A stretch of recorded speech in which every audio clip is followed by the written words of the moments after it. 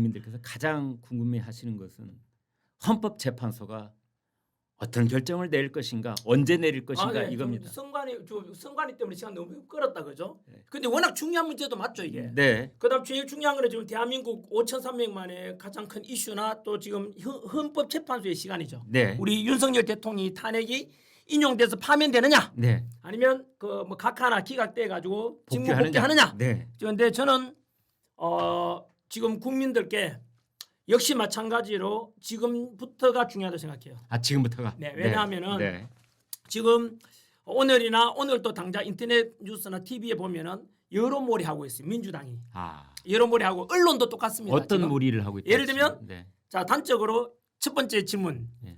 요즘 어느 순간부터 윤석열 대통령 지지율에 관한 것이 여론조사에 발표가 없죠. 와 왜 그런 거예요? 그러고 보니까 그렇네요. 그렇죠? 네, 왜 그럴까요? 네. 그거를 어떤 여론조사 업체에서 말했어요. 매주 한두 건은 꼭 있었는데. 왜냐하면 명목은 헌법재판소의 심리 이제 결정할 때가 가까워지니까 그게 영향력을 미칠 수 있기 때문에 안 한다. 아, 두 번째, 근데 그거는 거짓말인 게 네. 박근혜 정부 때는 직전까지 다 보도했어요. 아, 예, 예. 네. 네. 근데 왜 안 하느냐 하면은 한 달 전에 예. 이재명 대표가 예. 여론조사 기관에서 자꾸 민주당 지지율이 떨어지고 네. 이재명은 30% 박스권에 있고 네. 야 이러니까 열받을 거 아니에요. 윤석열 대통령 지지율 50% 가버리니까 네. 바로 여론조사에 협박했잖아요. 협박했잖아요. 너희들. 법을 고쳐 가지고 다 그렇죠. 너희들 이렇게 발표하면은 혼낼 것이다. 네. 그 당시에 보도됐지 않습니까? 뭐 승인하는 조건들도 다 네, 일일이 그러니까 살펴볼 것이다.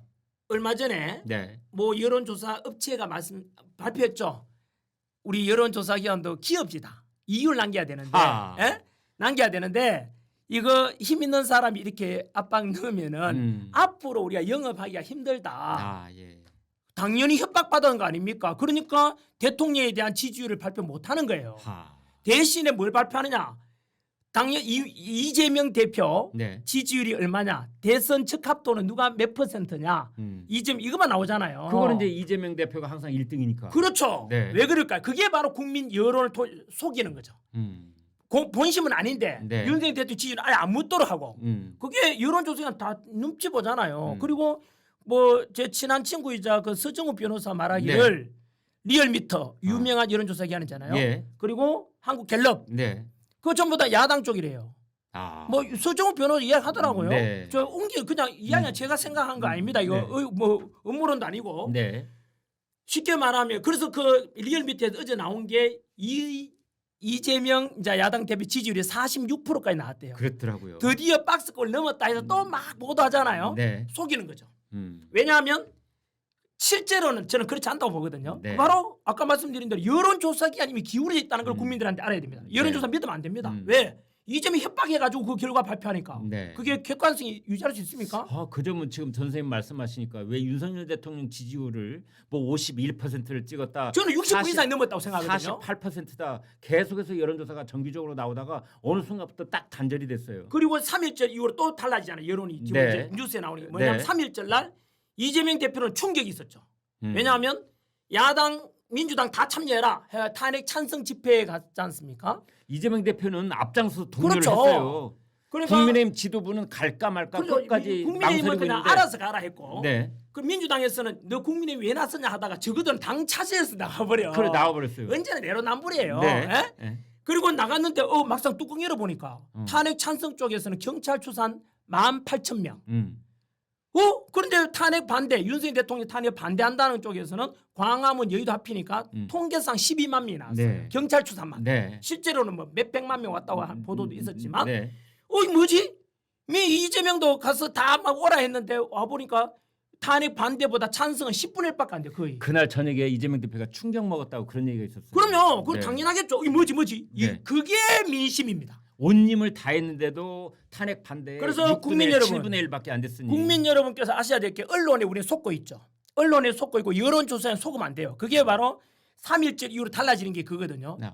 언론이 네. 언론을 구별해서 말씀해 김광일 이거는 저 신뢰합니다. 제가 조선일보도 안 그렇습니다. 전환기를 믿으면 됩니다. 왜냐하면 전환기는 정치할 사람이 아니라서 네. 얻고자 하는 게 아니라 오히려 저는 욕먹으면서도 2030 세대들에게 네. 진실을 알려주려고 지금 이 방송 나왔잖아요. 네. 네. 저는 얻고자 하는 게 없단 말이에요. 손해 봐가면서 하잖아요. 네. 그럼 전환기를 예를 들면 내가 어떤 뭐 기관 운영하거나 국회의원 되려면 제가 이익을 얻기 위해서 표를 얻기 위해서 저 약간 오버할 수도 있지 않습니까? 근데 저는 있는 그대로 이야기하면 돼요. 그걸 위해서 나오고 김광일도 오늘 제 나온 이유가 뭔데? 똑같습니다. 진실을 알아야 한다. 왜냐하면 방송이나 이름 있는 방송이나 이래 포털에 들어가서 나오는 뉴스들은 보게 되면 그게 조작에 의한 것이다 이 뜻입니다. 여론 몰이하는 거죠.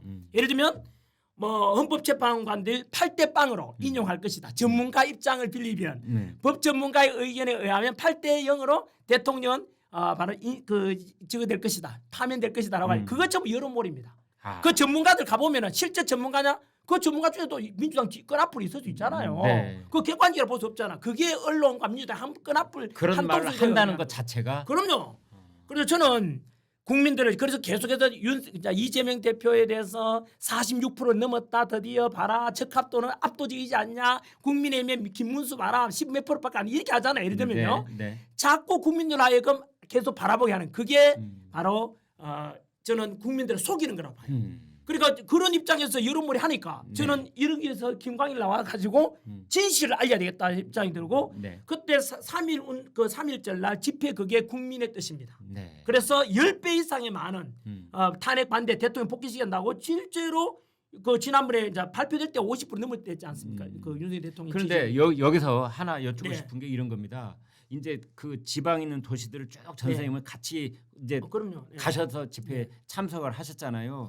그 집회를 쭉 이렇게 이제 3월 1일까지 찍으신 건데 그 느낌이 어떠셨어요? 충격 뭐였습니까? 저도 첫 번째 충격은 뭐냐면 서울 제일 작았고 서울에서 1월 25일 날, 그다음 2월 1일 날 부산역, 그 비 오는 날 또 부산역 생기고 정치 집회는 제일 많았다 하더라고요. 그다음 주 2월 7일인가요? 그날 이제 동대구역. 대구에서 그만 또 모인 거 처음이었어요. 그러니까 그 부산 대구에서 다들 자기네 경찰서 생긴 일에 다 이런 민원을 처음 봤다고 그랬어요. 그다음에 더 충격적인 게 광주였죠. 광주 갔는데 그날 또 강기정 시장은 오지 마라. 보수 집회가 이게 웬 말이냐. 5.18 지금 훼손한다 그랬잖아요. 그리고 실제로 그날 바로 옆자리에서 집회가 있었어요. 탄핵 찬성 쪽에서 경찰 추산. 그때 광주 금남로에서 전 선생님한테 달걀 던지는 사람 없었습니까? 없었습니다. 왜냐하면 광주 시민들이 우리 편이었어요. 그래요? 왜냐하면 집회 인원이 탄핵 찬성 쪽에 10,000명, 우리는 3배가 많았거든요. 경찰 추산으로만 객관적으로 3배가 더만 실제로는 훨씬 더 많거든요. 그러니까 이걸 광주 시민들이 함께 한 거잖아요. 왜냐하면 광주 시민들은 민주화의 도시 아닙니까? 민주화의 도시인데 지금 더불어민주당이 하는 것은 자꾸 입틀만 하고 카카오톡 검열하고 반민주주의 독재로 가고 있잖아요 지금요. 더불어 독재당이죠 민주가 아니라. 그걸 광주 시민들도 알아버렸잖아요. 그러니까 진짜 거기서 이제 광주 대첩이 된 거죠. 왜냐하면 지금까지 보수 집회가 광주에서 그렇게 많이 모인 지도 처음이고 민주당에서는 그때 국회의원들까지 와라해가 광주 왔는데 보니까 너무 초라하게 된 거예요. 그게 민심이었어요. 그때 또 충격 먹으니까 사람이 충격 먹거나 당황스러우면 막 막말하잖아요. 그때 이재명 대표가 뭐라 하냐면 광주에 그 간 있잖아요. 시민들은 악마라 그랬어요. 있을 수 없는 표현이잖아요. 우리가 적어도 공부 좀 했다면 상대방에 대해서 탄핵 반대 집회에 모이는 광주 시민들 전남 그 도민들한테 악마라고 했다. 그럼 검색어만 나와요. 제가 없는 말 지어내면 저를 고발하면 돼요. 그래서 악마라 그랬고 그 당시에 또 뭐 그 직전에 더불어 그 민주당의 그 교육 연수원장 박구용 씨가 말하기를 2030 세대들이 지금 탄핵 반대 주축이니까 민주당에서 열받겠죠. 그러니까 2030 세대들은 의식이 뒤처지고 그래서 이들을 말라 비틀어지게 해야 된다 이런 편이에요. 이런 거는 국민들이 들으면 이제 2030 세대들이 들어야 돼요. 그게 민주당 인식이에요. 어떻게 광주 시민들을 가리켜서 악마를 할 수 있는지 저는 이해가 안 돼요. 그날 전환길이 가서 뭐 거구라는데 거구는 이제 폭력성을 동반하잖아. 히틀러처럼 나치처럼. 저는 언제나 지금까지 7차례 집회 있었지만은 평화, 화합 단 한 명의 부상자도 없습니다. 언제나 화합과 통합을 주장했거든요. 이게 뭐 거구입니까? 민주당이 자꾸 쪼그라들고 지지율 떨어지니까 거구몰이에서 중도층하고 분리시키려고 하는 거예요. 역시 그래서 이제 광주 대첩을 하신다. 그다음 대전에서도 대전도 충격이었어요. 대전 사람들 원래 집회 잘 안 온대요. 그래요? 대전 사람들 원래. 근데 그날 또 대전시청 앞에서 보라매 공원인가요? 보라매 공원에 네. 생기고 그만 꽉 찬 건 처음이었어요. 그러더라고요 거기서. 보라매 공원 네네. 생긴 이래로. 네, 그리고 그 다음 주가 이제 3.1절 날 이제 난리 난 거죠. 네. 그래서 이 속에서 저는 헌법재판관들이 이제 아까 말씀드린 대로 그 3.1절 이후에 분위기가 바뀌잖아요. 네. 이재명도 당황스럽잖아요. 큰일 났다 이거. 탄핵 반대에 대한 국민 여론이 이렇게 높아? 헌법재판관들도 놀랐을 거고, 그러니까 민주당에서는 이제 당황스럽게, 그러니까 이제 바로 그 뒤로 이제 여론에서는 뭐 언론 또 민주당 끈앞풀이 많아요. 김광일 빼고, 그 언론 이용해서 민주당이 말하고 하면은요. 지금 아까 말씀 민주당에서는 지금 부정선거에 관한 이야기는 침묵하잖아요. 자, 그리고 어쨌든 이상한 소스로 8대0 얘기를 계속하고 헌법재판소의 있습니다. 심리는 곧 전문가 의견을 빌리자면 8대0으로 인용되고 대통령 파면될 것이다. 그렇게 해서 여론몰이 하잖아요. 그리고 이재명 대표는 뭐 엔비디아 뭐 맞는다 뭐 이런 이야기 하잖아요. 국내 전환용으로. 그거 다 거짓말입니다. 못 믿습니다. 절대로. 그래서 저는 그런 걸 볼 때 지금 현재 제가 김광일 나와서 하는 이유도 원래는 제가 3.1절 이후로 안 나온다 그랬거든요. 네.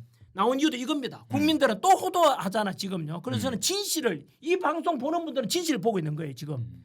제가 뭐 더하고도 덜할 것도 없지 않습니까? 있는 그대로 말씀드리면 되니까. 네. 예, 어쨌든 헌법재판소는 덧붙여서 좀 이야기해도 돼요? 네. 제일 중요한 헌법재판관이에요. 재판소는. 헌법재판소 그렇지 않아도 네. 지금 이제 아까 뭐또 얘기를 잠깐 했습니다만 헌법재판관들이 8대0으로 서로 의견을 모으기 위해서 내부 뭐 설득 작업, 조율 작업, 이제 말이 좋아서 조율인데 사실은 어느 한쪽이 다른 쪽을 강제적으로 압박하고 있다. 뭐 이런 얘기가 있었는데 또 오늘 석간에서는 전원일치 필수가 아니다. 뭐 이런 식으로 해서 또 한 발 뒤로 물러서는 뭐 이런 보도가 있고 이래요. 그래서 이제 헌법재판소에 지금 진짜 분위기가 어떤지 전 선생님이 파악하신 부분이 있으면 좀 저도 공유를 고급 해주세요. 정보가 많이 들어옵니다. 네. 실제로 제보도 이메일 막 100통 오고요. 네. 그래서 다 어느 순간 왜냐면 저한테 이제 국민들 호소하고 싶은 분 있고 네. 또 이제 저는 몰랐는데 네. 이렇게 제가 이런 시국에 관한 표현하니까 네.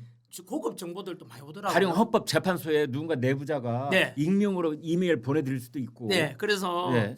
안에서는 사실 싸우고 있다고 이야기하는 게 정확합니다. 아, 예. 왜냐하면요, 네. 박근혜 정부 때는 네. 그 당시에는 이제 그 우파 헌법재판관이 더 많았거든 8명 중에서요. 네. 그런데 왜 그러면은 인용을 다 해버렸냐? 네. 그러니까 그 당시에는 두 가지죠. 하나는 국민의 대통령에 대한 지지율이 박근혜 대통령이 10%가 안 됐어요. 네. 5% 8% 됐거든요. 네. 그러니까 그 안에 우파 헌법재판관들도 박근혜 대통령 가만 보니까 이거 탄핵 사유가 안 돼. 복귀시키고 싶은데 촛불 집회 열고 막 난리 나니까 네. 울고 그 헌법재판관이 고백했잖아요. 네. 이거 내가 그 탄핵 기각시켰다가는 촛불에 내가 타버릴 것 같아가지고 무서워서 결국은 8명이 8대 0으로 다 인용해버렸죠. 그게 바로 가장 중요한 국민의 여론이었잖아요. 탄핵 받을 만한 내용 있냐 하면 안 중요했대요. 네. 그래서 국민의 여론이 그 당시에 90% 이상이 탄핵을 원했으니까 네. 그게 다 언론들이 계속 세월호 가지고 막 하니까 국민들이 박근혜 대통령 죽을 죄를 지었는 모양이다 네. 라고 인식하는 게 이게 바로 언론이 하는 역할이죠. 아. 그러니까 탄핵 집회 막 촛불 집회 열고 네. 그런데 지금은 달라졌죠. 첫 번째는 이제 국민들 벌써 이제 헌법재판관이 또 언론을 보잖아요. 뉴스를 네. 봤으면 3.1절 날 그거 봤을 거예요. 국민의 뜻을. 네. 대통령 지지율도 봤단 말이에요. 네. 이런 속에서 현재 민주당에서 어떻게 보면 밀어 꽂아놓은 이제 사람이 문영배, 이미선, 정정미, 정계선 좌파 쪽에 4명이잖아요. 네. 전에 우리 이진숙 방통위원장 판결할 때 보면 4명이 그때 4대 4. 4대 4였지 않습니까? 예, 예. 이런 속에서 이제 문영배가 주도해가지고 뭐 권한대행이니까 소장 권한대행이니까 자 우리 빨리 뭐 대통령 끌어내리자. 하려고 하니까 현재 그 국민의 지지를 바로 안 된다라고 할 거 아닙니까? 이분들도 네. 안에서 싸울 수밖에 없죠. 왜냐하면 헌법재판소는 국민을 생각해야 되지 않습니까? 네. 국민이 가장 우선이니까 이런 속에서 뜻다들 안 되죠. 그래서 나타난 게 뭐예요? 갑자기 마은역을 임명시키자고 협박하고 있잖아요. 그걸 한 사람에 더 그렇죠. 되려고. 불안하니까 요 한 사람도 꼬시고 어쨌든 네. 꼬시다 표현이 좀 그렇고 오게 하고 마은역까지 넣어야만이 6명 채울 수 있다고 생각하는 거예요. 네. 그래서 지금 최상목 권한대행 보고 뭐 우리 국정협의체 만들자고 했던 박찬대도 2시간 전에 최상목 너 마흔 임명 안 하면 다 안 할 거야라고 그러게 해버리잖아요. 말이에요. 그래서 저는 그건 뭐냐면 안에서 싸우고 있다는 뜻이에요. 뜻대로 안 되는 거죠. 네. 안 되니까 40명이라도 집어넣어 가지고 끌어내리려고 대통령을 하는 거잖아요. 그러면 그 지금 안에서 싸우고 있는 거는 어느 한쪽이 일방적인 그 승리로 끝날 가능성이 없어 보이네요. 현재로서는 없죠. 네. 예, 현재로 없는데 저는 이들이 다 살 수 있는 방법이 뭔지는 제가 생각하는 바는 있습니다. 뭡니까 네. 그게? 갑자기. 네. 우선 어째 마흔역 임명은 그죠? 뭐 네. 적절하지 않고 네. 그래서 왜냐 마흔역 임명은 물 건너가는 물 느낌도 건너갔죠. 약간 있어요. 네, 네. 물 건너가서 왜냐 물 건너갈 수밖에 없는 게 마흔역 자체가 이미 우리법 연구회 소속의 좌편향적인 인물에다가 네. 두 번째는 민주당에서 무조건 채우라는 명분이 없어요. 9명 채우라는데 왜 9명 채워야 되지? 완성시키려니까 아니 박근혜 때도 8명에서 했어. 네. 지금 아무 문제 없어. 네. 그죠? 민주당 네. 명분이 약하고 최상목도 임명할 명분이 약해요. 왜냐하면 이번 주에 다음 주에 안에 한덕수 국무총리가 돌아오잖아요. 네. 그럼 쥐가 뭔데? 그다음에 세 번째 윤석열 대통령도 돌아올 수 있잖아요. 네, 맞습니다. 그럼 쥐가 뭔데? 지가 뭔데? 그 최상목도 자기 또 이렇게 쥐가 부담 이렇게 뭐 임명하는 데 대해서 안 되잖아요. 그래요. 8인 체제까지는 어찌됐건 그렇죠. 해놨으니까. 그러면 마흔여 빼고 네. 8명 안에서요. 있는 데서 그러면 이제 그 8명 안에서 이제 서로 막 이제 뭐 평일에 열리고 있으니까 네. 뭐 사고 있겠죠. 그런데 이 속에서 어떻게 하면 이들이 다 살 수 있을까? 네. 저는 세 가지 이유와 세 가지 있잖아요. 한 가지 우와. 방법이 네. 첫 번째는 현재 국민들은 헌법재판소를 불신하고 있죠. 네. 이유가 뭐냐? 국민이 잘못한 게 아니고 이미 헌법재판관 안에서 문영배 문제 많다는 거 국민이 다 알아버렸어요. 이미선, 정정미, 정계선 다 이미선은 자기 여동생이 이상희 변호사가 대통령 퇴진 주장한 사람이고 네. 정계선은 자기 남편 황필규 변호사가 대통령 탄핵을 주장한 사람이에요. 네. 법적이고 양심이 있다면 그들은 재판 회피 신청하고 여기에 가담하면 안 돼요. 네. 그런데 뻔뻔스럽게 하잖아요. 회피라고 하는 것은 기피와 회피가 있는데 네. 기피는 이제 피청구인 쪽이 네. 이 사람은 우리의 판결을 맡아서는 안 됩니다라고 네. 재척하는 게 기피고 그렇죠. 스스로 양심에 따라서 나는 이 사건 못 맡겠습니다 하는 게 회피고. 그 양심이 있으면 그래야죠. 자기 네. 여동생, 친여동생, 자기 남편이 탄핵을 주장하는 사람인데 어떻게 네. 그거는 양심이 있으면 우리 회피 신청을 해야 되는데 안 하고 있잖아요. 예. 뻔뻔한 거죠. 염치가 없는 거죠. 그럼 어쨌든 간에 이런 사람들이 불리하다고 이미 국민들이 이미 알아버렸어요. 두 번째, 헌법재판 심리 과정에서 10가지 범죄가 불법이 나타났거든요. 네. 그거는 전환기는 법 전문가 아니라서 몰라요. 우리나라 최고의 헌법 전문가 허영 교수님, 허영 교수님 다 아시잖아요. 네. 뭐 그다음 변호사나 판사나 우리 검사나 사시 공부할 때 다 그 선생님 책 보고 했으니까 네. 권위자 인정하거든요. 네. 허영 교수님이 지적했죠. 헌법재판소에서 진행 중인 이 심리 과정에서 10가지 불법이 있다. 네. 우리가 다 아는 한 가지나 있잖아요. 바로 원래 국회에서 대통령 탄핵시킬 때 그 내란죄가 가장 컸잖아요. 네, 그걸 그 빼버린 속에서 거. 했는데 갑자기 내란죄 뺐잖아요. 네. 그럼 바로 이거는 탄핵 이거 사유가 안 되기 때문에 각하를 했었어야 된대요. 네. 진작에. 왜냐하면 이게 작은 부분이 아니라 전체 80%라 그랬어요. 네. 내란죄 비중이. 네. 탄핵 소추 안에 있어 내용에 네. 80% 빼고 20% 가지고 뭘 결정해요? 말이 안 된다. 비롯해서 10가지 불법적인 게 있어요. 네. 그 허영 교수님 지적입니다. 네. 그러면은 이렇게 해서 만약에 허영 교수님께서 지적하기를 탄핵 인용하잖아요. 그러면 네. 이 10가지 불법에 관한 걸 누가 책임질 거냐? 그렇네요. 모든 전체 전 국민이 보라보고 있고 법 전문가들이 다 있고 판검사들이 있는데 네. 이 10가지 범죄 이건 어떻게 할 거냐고. 너희들은 감당할 수 없는 짓을 하면 안 된다고 지적했어요. 네. 그러면 이제 어떻게 할까? 자, 그다음 국민들의 지지율도 50% 넘었잖아요. 대통령에 대해서. 그럼 네. 이럴 때는 박근혜 대통령 다르잖아. 이럴 때는 박근혜 대통령 10%밖에 안 됐으니까. 네. 그러면은 이 세 명은 세 개 다 문제죠. 첫 번째 불의한 재판관들의 어떤 공정성을 잃은 재판관들. 두 번째는 진행 과정에 불법적인 게 10가지 있었고 네. 뭐 알잖아요. 대통령이 뭐 발로 날락해도 기회도 안 네. 되잖아요. 네. 그다음 세 번째가 국민 지지율이 50% 넘고 있다는 이 상황. 네. 이 상황에서 그러면 어떻게 하면 되지? 이들이 다 살 수 있는 방법이 있어요. 만약 이들이 잘못 결정하게 되면 우리나라는 두 조각 나요. 네. 지금 만약에 국가도 지금 주지 않는다 생각하거든요. 네. 국가 주지 않는 이유는 우리가 탄핵 반대 집회에 나와서 몇백만 명이 전 국민들이 이렇게 원하는 건 왜 나오게 되냐면은 1단계는 대통령 복귀시키고 국가 시스템 정상화시키는 게 목표지만 두 번째는 나라가 잘못하면 제2의 홍콩처럼 붕괴될 수 있다는 위기감에서 애국 시민들이 나온 거예요. 네. 안보 시민이 나오고 과거의 민주화 시민들이 나오고 산업화 세력들이 같이 나와서 한 네. 목소리 내고 있는 거예요. 그렇습니다. 지금. 네. 그래서 헌법재판소에서 이런 부당한 불법적인 것과 불의한 재판관들이 국민 지지율 50% 넘는 세 가지 조건 속에서 인용해서 파면시킨다면 네. 나라는 망할 수도 있고 두 번째 국민들은 두조가 날 것이고 그리고 그 인용되면 국민들이 가만히 있겠어요? 허영 교수님 표현에 의하면 헌법재판소는 가루가 되어 사라진다라고 표현했어요. 예. 그리고 문재인 전 대통령의 표현에 의하면 박근혜 대통령 탄핵 그 당시에 시구에 했는 말이죠. 인용한다면 기각된다면 제2의 그 당시에는 국민혁명이 일어난다고 문재인이 이야기했어요. 그러면 그 표현을 빌리자면 지금 분위기라면 네. 제2의 국민혁명이 일어나죠. 3.15 부정선거에 맞서서 우리 4.16 혁명이 일어났잖아요. 네. 그것처럼 똑같은 상황이죠. 부정선거 의혹도 있는 데다가 불이한 채 여기서 국민들이 일어나는데 저는 이건 4.19 혁명이 된다고 봐요. 네. 그러면 엄청난 이제 큰 이제 소용돌이가 되는 네. 거죠. 봉기가 일어날 것이다. 그리고 그 헌법재판관들은 과연 대한민국에 살아갈 수 있을까? 국민들의 뜻을 반영해놓고. 그래서 저는 그럼 어떡하지 이거? 어떡하지? 이 방송을 만약 네. 헌법재판관이 본다면 네. 드디어 이제 결론이 나옵니다. 헌법재판관들도 살고 네. 국민들도 통합할 수 있고 네. 그리고 국가도 발전할 수 있는 세 가지 가장 현명한 솔로몬의 재판이 있어요. 네. 뭐냐? 각하를 결정하면 다 돼. 각하를. 아. 왜냐하면은 이건 그러니까 탄핵 소추의 요건 자체가 안 된다. 그렇죠. 아. 각하를 해버린다는 것은 네. 아예 탄핵 소추안에 대한 그 요건이 안 되기 때문에 이제 가면 만약 기각하게 되면 문제는 10가지 이거 있잖아요. 불법적인 게 있잖아요. 예. 인정한다는 뜻이 되거든요. 네. 그래서 허영 교수님 표현이 빌리자면 이거 인정하면 안 되거든요. 안 하려면 아예 각하를 해버리면은 각할. 그들도 용서받을 수 있고 아. 헌법재판소도 가루처럼 안 날아가도 되고 네. 국민들도 통합될 수 있죠. 왜냐하면은 네.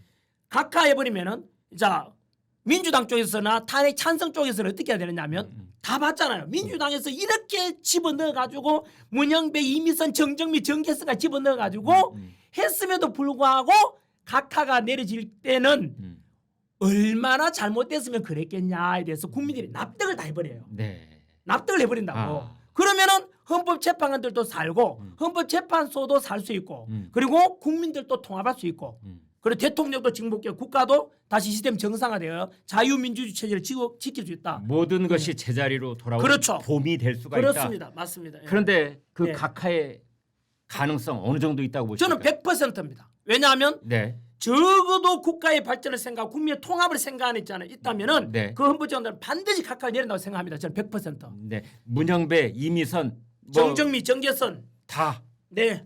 각하 쪽으로 8대 빵으로 각하를 내리는 게 제일 좋고 네. 뭐 설령 그렇게 그래도 안 된다면 뭐 4대 4나 네. 5대 3 정도로 저는 각하 각하. 예. 아. 또는 뭐 기각 어쨌든 윤석열 대통령 직무 복귀하고 기각이라고 하면은 이제 소수 의견 때문에 그렇죠. 나중에 뭔가 앙금이 남을 수가 있으니 그렇죠. 각하를 하는 것이 네. 깔끔하다. 그렇죠. 국민 네. 통합도 되고 맞습니다. 헌법 재판관들도 네. 살아남고 네. 그리고 대통령도 돌아오고 네. 나라도 살고 네. 만약 그렇게 되지 않는다면 아까 말씀드린 대로 거기에 대해서 일어나는 모든 문제는 그 헌법재판관들이 책임을 져야 돼요. 예를 들면 무슨 문제? 4.19처럼 국민혁명이 일어나. 예? 저는 그래도 나이가 들어가지고 50 넘어가지고 그래도 우리 평화적으로 가자 하지만 2030 세대들은 지금 공정과 상식 무너지게 돼서 그들의 혈기는 저도 컨트롤이 안 돼요.